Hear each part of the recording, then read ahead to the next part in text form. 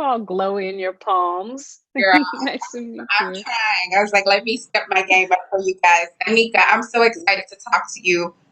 I first want to discuss your role in them. You play a seemingly nice neighbor, fellow black neighbor to the Emerys, right? On this all white, Yes. but all is not what it seems. Anika, your range from power to jingle jangle to little fires, I mean, you blow us all away. What was it like tapping into this role, this horrific role? Well, firstly, thank you. Thank you very much for that. That's a great compliment. I loved it. I loved it. um, I loved the psychological dive that Mm, was required for her.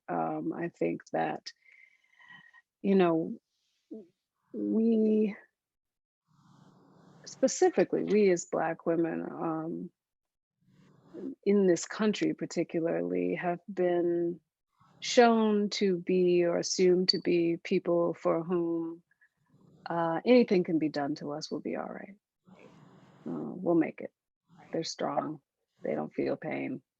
Um, whether it's gynecological experiments, slave from slavery and beyond, whether it's the death of new mothers in this country now, right now, in the mhm. 2020s. Um, you know, so many things that we are expected to Right. uh, make it. Mhm. And we put on ourselves oftentimes, oh, we can make it, we can do it, we'll push through, Right. um, because we have to. We don't have a choice. Well, my grandmother made it, that we can make it. And we don't often look at or even acknowledge the space of not making it. Mm, And for a long time, we didn't want to do therapy. We as a culture, we were not into therapy. Don't tell your secrets. You don't want to air your laundry. right. And this woman is a Southern woman, so she definitely was not doing that, and particularly not in the 50s, but she's broken, she's Right. hurt, Right. she's fractured. And so for me, it was the exploration of the fractures Mm, and how she is and barely holding herself together. She's so happy to see this neighbor, to see this other Black woman. Um, and she's also really just trying to hold herself together mm, because she has been dealing with this uh, terrorism in this neighborhood for a much longer time than Lucky has. And it has caused an irrevocable mm. break. So that was interesting to me. I love the psychology of a thing, and I'm very interested in our minds and how our minds make pathways when some another pathway has been blocked off. And that's what I um, dove into, really. Well, you just gave us a class this morning on why people need to go and watch because you blew us away. You blew me away when I saw it. I was like, Thank you. wow. Before I let you go, I want to just say you gave us all what we needed. In 2009, you voiced the first Black Disney princess in Princess and the Frog. And now it's coming back on Disney Plus. Can you tell us anything about the project? Will you be a part of it?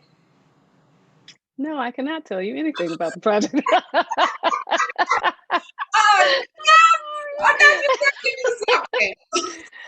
I'm sorry, Disney, when something is in the vault, baby, it's in that vault until the key is turned. But I, I will say that I'm very excited about it.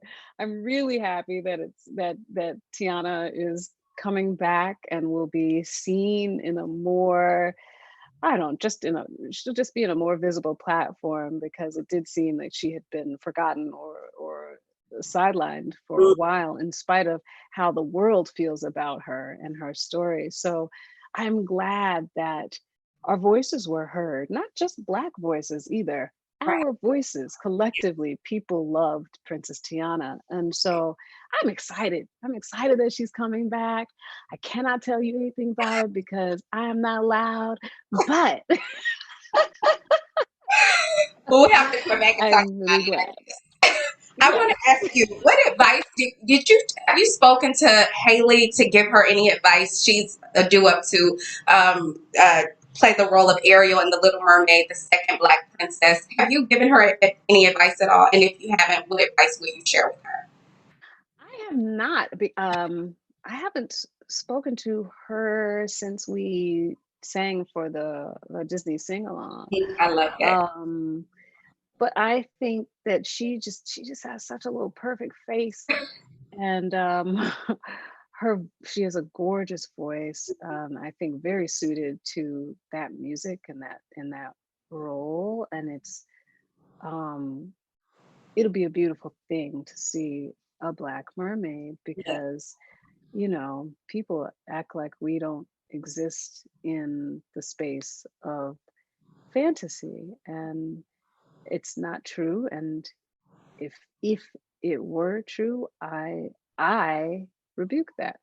right, Fantasy is imagination. I don't see how we cannot exist right. within imagination.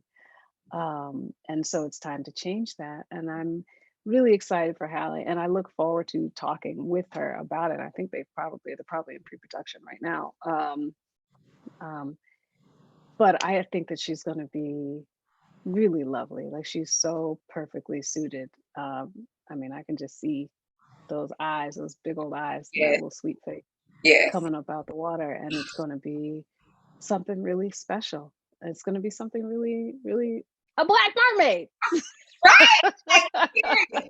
It's going to be something that people don't have to draw and create and make up anymore because it's going to be there for them. Right. And the children who come up beyond us will know that our imagination is a valid place to play, and it is expansive. Okay, Anika, I'm gonna come back and we have to talk about Disney Plus. We have to talk about Princess Tiana because look, the people want to know. So I know you didn't tell us today, but we'll have to come back and talk about it. Thank you so much. Beautiful job in them. You nailed it as usual. Thank you so much. Where is the buzz? Oh Where is yeah. the buzz? You said we used to be ashamed, Oh, mine. where is the Ooh. buzz?